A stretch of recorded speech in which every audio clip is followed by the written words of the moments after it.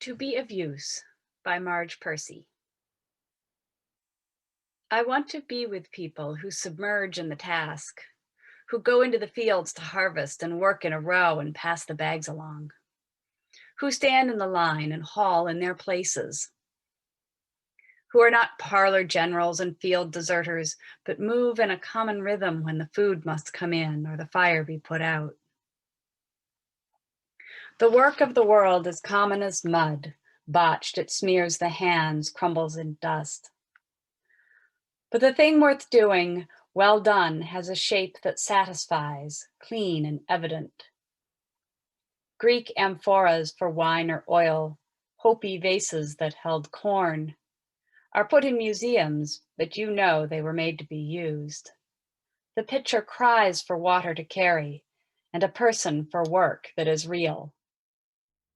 Amelia Jenks was born in 1818 in Homer, New York, to a modest family that, typical of the times, only allowed her a few years of formal education. In 1840, she married Dexter Bloomer, and they moved to Seneca Falls, where she became active in her church and joined the local Temperance Society chapter. The Temperance Society, made up mostly of women who understood the ravages of families caused by drunkenness, were dedicated to ending dependence on alcohol. Dexter Bloomer was the editor of the local newspaper, the Seneca Falls County Courier, and recognizing the fervency of his wife's reformed-mindedness, encouraged her to start writing a column for his paper. It was kind of like a modern-day blog, part reporting and part reflection on the news of the day, especially as it related to women and the issues that were important to them. In 1848, Amelia Bloomer attended the Seneca Falls Women's Rights Convention. She wasn't one of the signers of the Declaration of Sentiments because of her church's traditional stance, but the convention sparked something in her that drove her for the rest of her life. The following year, when Mr. Bloomer was named local postmaster, he made Mrs. Bloomer his assistant, and her office became a kind of salon for conversation about women's issues. It was an informal headquarters of the local movement. It was there that she met Elizabeth Cady Stanton, the famous Unitarian who, to this day, is considered the founding mother of the feminist movement in the United States. Later that year, encouraged by her husband, Mrs. Stanton, and the women of the salon, she started a newspaper for and by women called The Lily. Amelia Bloomer published a lot over the years about a myriad of serious topics, but she's best known for reform in fashion. In the early spring of 1851, around Easter, Amelia Bloomer, Elizabeth Cady Stanton, and Stanton's cousin, Elizabeth Smith Miller, wore similar and very daring outfits on the streets of Seneca Falls. Essentially knee-length dresses that were very short for the time over voluminous pants tightened around the ankles. They called the getup the freedom dress, which was intended to have two meanings. It gave them more freedom of movement, and it showed that they had modern freedom over what they chose to wear. Well, you can imagine it caused quite a stir, flouting the tradition the way that they did. You see, up to that point, pants were exclusively worn by grown men. Even boys wore dresses until they were 5 or 6, and then only graduated to shorts until they reached puberty. A week later, Bloomer wrote about the benefits of the outfit in The Lily, an edition of the paper that was so popular it sold out. She wrote about it again the following month, mostly focusing on the looseness of the apparel, free from constricting bodice and whalebone corset. The idea didn't come out of the blue. It was actually similar to Turkish trousers worn in the Middle East for centuries. And just 3 decades earlier, there was a huge fashion trend for women, girls, and little boys in France to wear short dresses over narrow, straight-legged trousers. Mrs. Bloom credited Elizabeth Miller with the crude fashion design, but because she wrote about it and made it famous, it was named after her, the Bloomer costume. At first, it was well received. Women around the country began wearing the style to exercise or work around the home or farm, but rarely in public. But then, almost overnight, criticism started erupting from conservative men and women from all over the country. Bloomer-wearing women were depicted as loud, crude, arrogant, and emasculating. When they were spotted on the streets, local papers printed accounts of the event and the outrage it stirred up. People started singing a song to taunt them. Hi-ho, in rain or snow, the bloomer now is all the go. 20 tailors take the stitches, 20 women wear the breeches. Currier and Ives even distributed a mocking illustration with the chant printed on the back. Nathaniel Currier was a Unitarian, by the way. Elizabeth Miller, the designer of the outfit, said she didn't get her idea from France or Turkey, but from the utopian communities around the country, particularly the community of equality in New Harmony, Indiana. After the publication in the Lily and the publicity from Currier and Ives, the outfit took off in more utopian communities like the Universalist Hopedale community in Massachusetts, which I told you about on Valentine's Day. The women of the Oneida community, founded by John Humphrey Noyce in 1848, immediately adopted the style. They were perfectionists. They believed that Jesus had returned in 70 AD, so humanity could create the millennial kingdom on earth, free from sin. The Oneidans practiced free love, a term that was coined by Noyce to describe their complex marriage system. If you remember, there was conflict that stirred controversy in Hopedale when two married people married to other people had an affair with each other, then claimed they were simply practicing free love. Now you know where they got the term. In the Oneidan community, everyone was married to everyone else, regardless of gender. It was one big group marriage where everyone was responsible for the life of the community and the upbringing of the children. Those who could had propagative love to produce children for the community. And everyone was encouraged to have lots of what Noyce called amative love, to express affection. In amative love, men had to practice what Noyce called male continence, which had the dual advantage of preventing unwanted pregnancies and teaching men the fine art of physical self-control. Here's an interesting local connection. The man who shot President Garfield of Mentor was an Oneidan. Charles Guiteau was so disliked among the women of the Oneidan community, they called him Charles Get Out.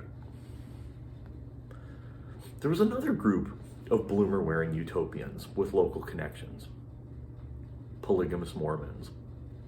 Brigham Young and other early converts to the faith reported that founder Joseph Smith was privately teaching the principles of what he called plural marriage as early as 1831. That's the year they began construction of their very first temple here in Kirtland.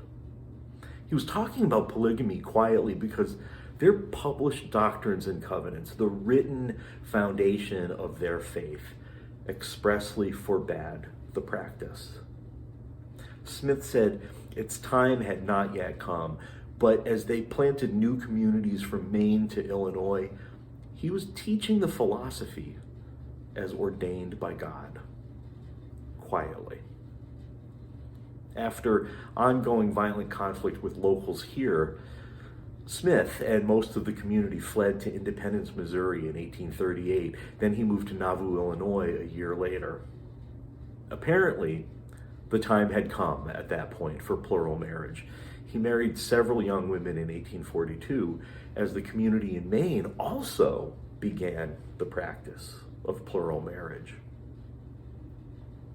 2 years later, Smith was killed by gunshot in Carthage, Illinois, and the struggle over plural marriage mushroomed, eventually leading to the schism that continues to this day. From the very beginning, all the Mormon women wore the pant dress outfit. But after 1848, when Amelia Bloomer made it nationally known, only the polygamous women continued to wear it, like other women around the country who were part of separatist utopian communities. They wore it to show they were committed to a cause.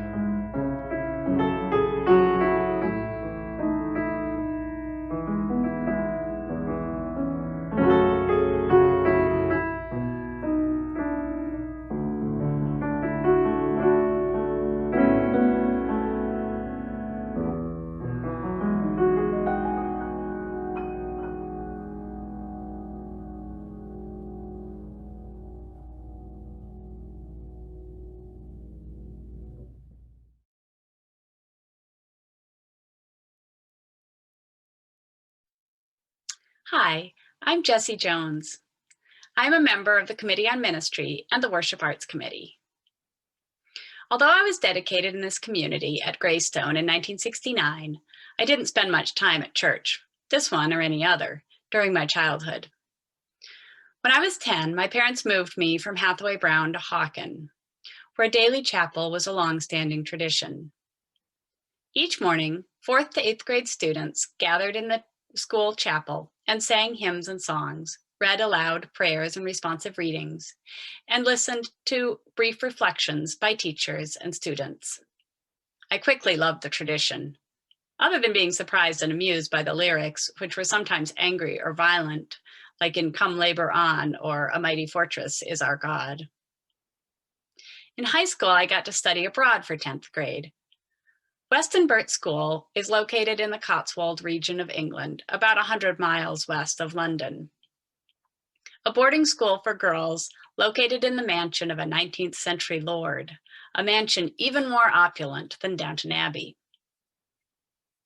The highlight of the year was the opening of our new Performing Arts Center, constructed from a wing of the manor that was formerly an orangery. To elevate the occasion, Prince Charles and Princess Diana, who lived just down the road at Highgrove House, agreed to a ribbon-cutting ceremony. We feted them with a choir concert and a play, followed by a receiving line in which the students got to chat with the royals, and then lunch with a few of the older international students, including my sister. As a visiting student, I was not required to wear a uniform, but I welcomed the opportunity. I was attracted to the simplicity of wearing the same thing every day and looked forward to escaping the competitive social atmosphere of Hawken, where the designer outfits worn by my peers were beyond the reach of my family. The greatest benefit of uniforms is the freeing of energy that would be spent on selecting and maintaining outfits, the forced self-expression, which says something about us whether or not we care to be intentional about it. The uniform, ideally, is selected to be practical, allowing the wearer to focus on the practice of more important endeavors. Surely this aspect was a large part of the appeal of bloomers, political statements aside. At Weston Burt, our uniform was a gray wool skirt, white button-down shirt, and dark red wool twinset. Jim's sweatshirt featured the school emblem, a blooming amaryllis, and for winter outerwear, we wore cloaks with the hood lined in our house color, black in my case. Boarding students at Weston Burt School participated in worship services every day of the week and twice on Sundays. Morning services were at St. Catherine's, the old church on the building grounds. For evening vespers and Saturday choir practice, we gathered in the Great Hall, which was both grandly uplifting because of the glorious acoustics and of the soaring ceiling and polished wood and marble surfaces, and close and intimate, as we clustered together shoulder to shoulder to fit around the edge of the room and the upper level walkway. I loved the reassuringly predictable schedule and attire and clearly articulated expectations, and the absence of distractions, boys, clothes, shopping, freed up mental clutter and enabled us to focus on our studies, our friendships, and our self-awareness. I was terribly homesick, but quite wistful to leave the uniforms and daily worship behind at the end of the year. By the time I graduated from high school 2 years later, nostalgia for these beloved routines drew me to consider pursuing theology in college. Although I became increasingly uncomfortable with the language and practice, I spent much time and energy in Episcopal church communities through my 20s. By the time I had my own children in my late 30s, though, I realized I could never reconcile my intellectual and moral objections to Christianity. Reluctantly Unitarian, I joined East Shore last summer at last. Reluctant, likely, because being a Unitarian Universalist feels like a very active commitment, a big ask in that our faith can be demonstrated by the extent to which we embody the principles in our lives. In last week's Side with Love Sunday service, Dr. Takaya Nur Amin articulated just what I've been thinking about in regards to what we give and get as members. What does being a member mean? What does it require us to do? I draw from Dr. Amin's words. In every moment, life is giving us an invitation to do the things that are most loving and life-affirming. We're being invited into this cosmic dance of renewal and joy and justice. But you have to make the justice. It doesn't just show up without our participation or our effort. We all have to engage in the better-making from wherever we are. And each moment presents an invitation for us to do that. The invitation to participate in life in a manner that is about living our values, living love and justice, is still there, no matter what else is going on. The mandate of what it is to be Unitarian Universalist, to figure out how we live together in loving, equitable, just relationship with each other. Do we really believe in the values of our faith enough to enact them in the larger world in a manner that is bold and clear and unequivocal? Ours is a faith that calls us to do things. This is a faith that calls us to commit to the work of making justice. This is a faith that calls us to think about what it means not to believe the same, but to live together in beloved community, despite our own discrete perspectives about spirituality or the afterlife. In this sense, the uniform we choose to wear as Unitarian Universalists is the provision of the 7 principles as a guide for how to respond to the invitations life gives us. As members, we are welcomed into a community within which to practice and model for each other, doing the most loving and life-affirming thing.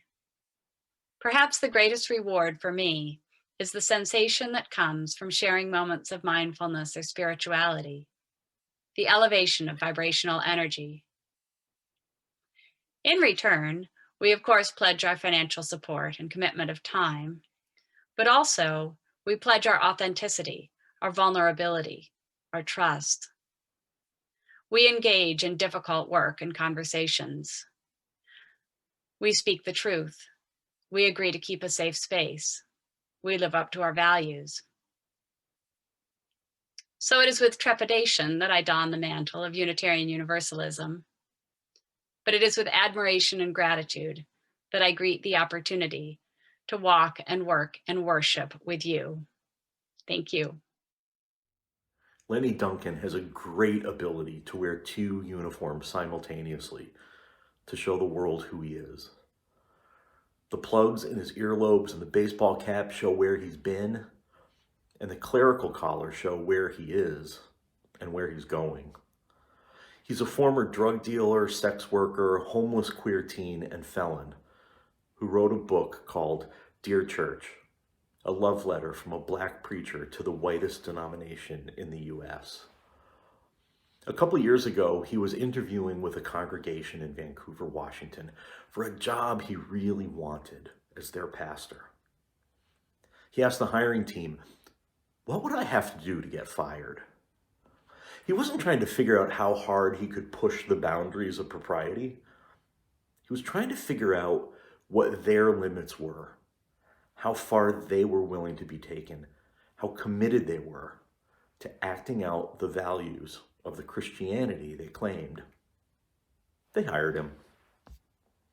In an interview on NPR a few months ago, one congregant from the hiring team said that Pastor Lenny is like a river guide leading them to where the fish are. They claim they want to save people. He doesn't just talk about saving people, he shows them where to go to find the people who want help. And his uniform, the uniform that shows where he's been and where he's headed, is a reminder to him and his congregation of the commitments they make when they join the church. Kristen Wintermute works with a group of people who don't have to answer such tough questions about what they believe. She is the director of the Center for Education at the American Humanist Association. One of her jobs is to describe what exactly a humanist is. Among them, they can't even agree if it's a worldview, a philosophy, an ethical system, or a belief system, or a religion. Trying to describe what they believe isn't much easier. She says, usually an array of principles is provided as a list of what's key to humanist. Affirming worth and dignity, reason, compassion, morality, ethics, democracy, scientific inquiry, naturalism, and critical thinking with no adherence or affirmation of a creed. Sound familiar? Sounds an awful lot like the 7 principles of Unitarian Universalism, doesn't it? The thing that she has found is that the principles don't really help non-humanists understand humanists any better. And principles, in her experience, don't really unite a group of diverse people. So she talks about the 10 commitments of humanism: critical thinking, ethical development, peace and social justice, service and participation, empathy, humility, environmentalism, global awareness, responsibility, and altruism. While the list is effective in expressing the breadth of commitment of humanists, it's still pretty mutable. I mean, not everyone who claims the identity of humanist necessarily upholds each commitment equally. For any individual humanist, some are going to be more important than others. And some commitments may not even make their personal list at all. I mean, honestly, I know very few people committed in any meaningful way to growing personal humility. Am I right? An adherent, a member of the humanist fold, if you will, in order to feel like they belong, may choose to go along with a commitment, to pay lip service to it, while doing nothing to make it happen. Or they may just avoid the conversation and the conflict that might arise from rejecting one of the commitments. Ultimately, they all have choices in what they do in their personal lives, like all of us. But sometimes choices aren't choices at all. Doing or not doing something may just be following the path of least resistance.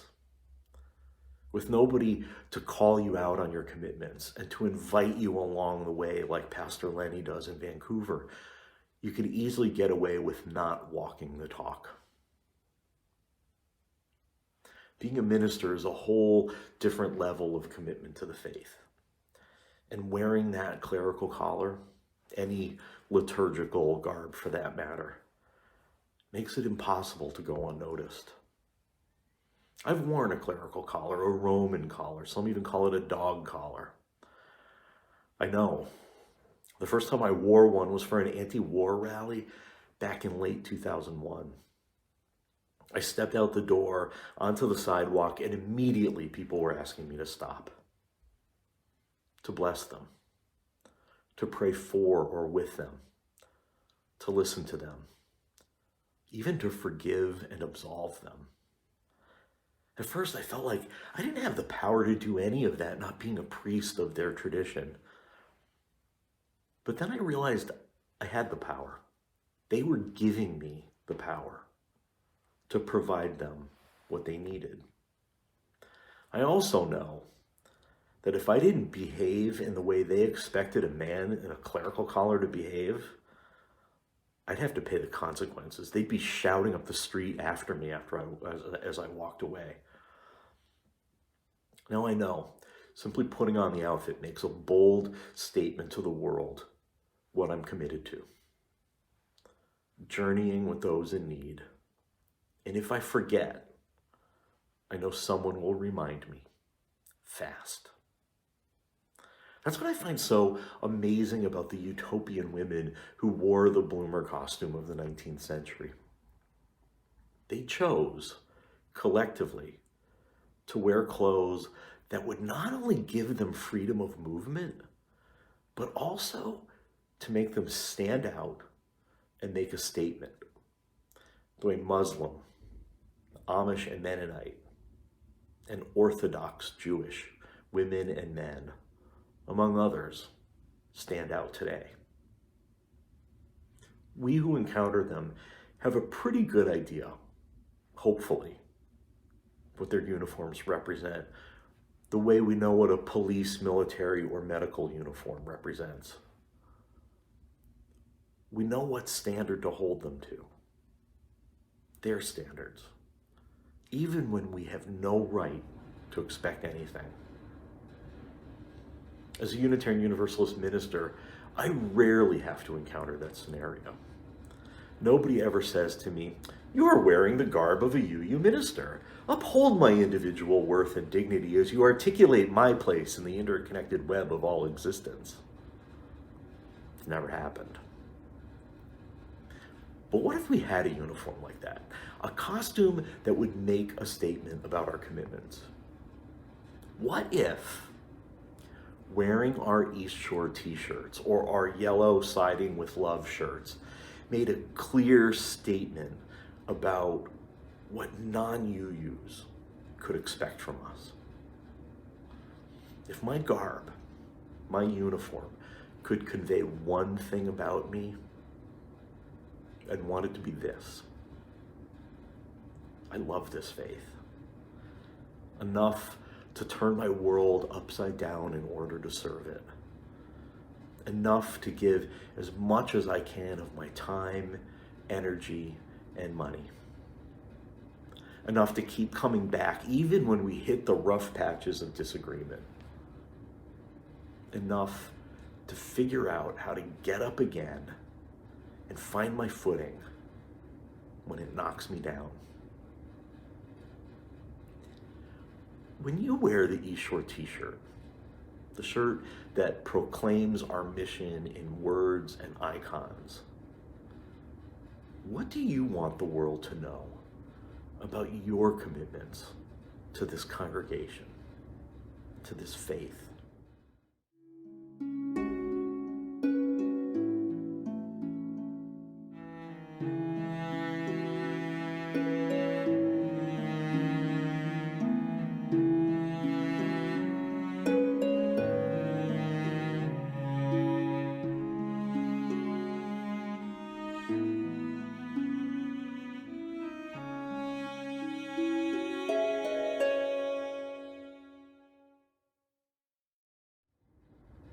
Each month, we split donations not specified for pledge fulfillment with a local partner organization. This month's special offering is for Geauga County SOGI Support Network, committed to engaging with individuals, families, friends, and the Geauga community to embrace sexual orientation and gender identity, supporting each other through collaboration, education, and advocacy. In short, they help people who identify as affectional or gender minorities find each other, find services, find support they need to survive in a world that can be hostile to anyone perceived as different.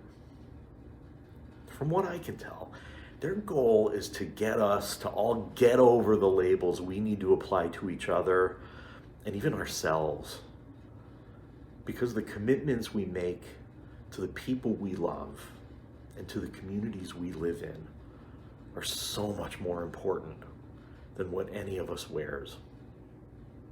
So please, give as generously as you can. You can send a check to our office with Geauga SOGI in the memo line, and we'll share it with them. Or you can give directly and securely online at geaugasogi.org. Thank you for your generosity, and thank you for being here with us today.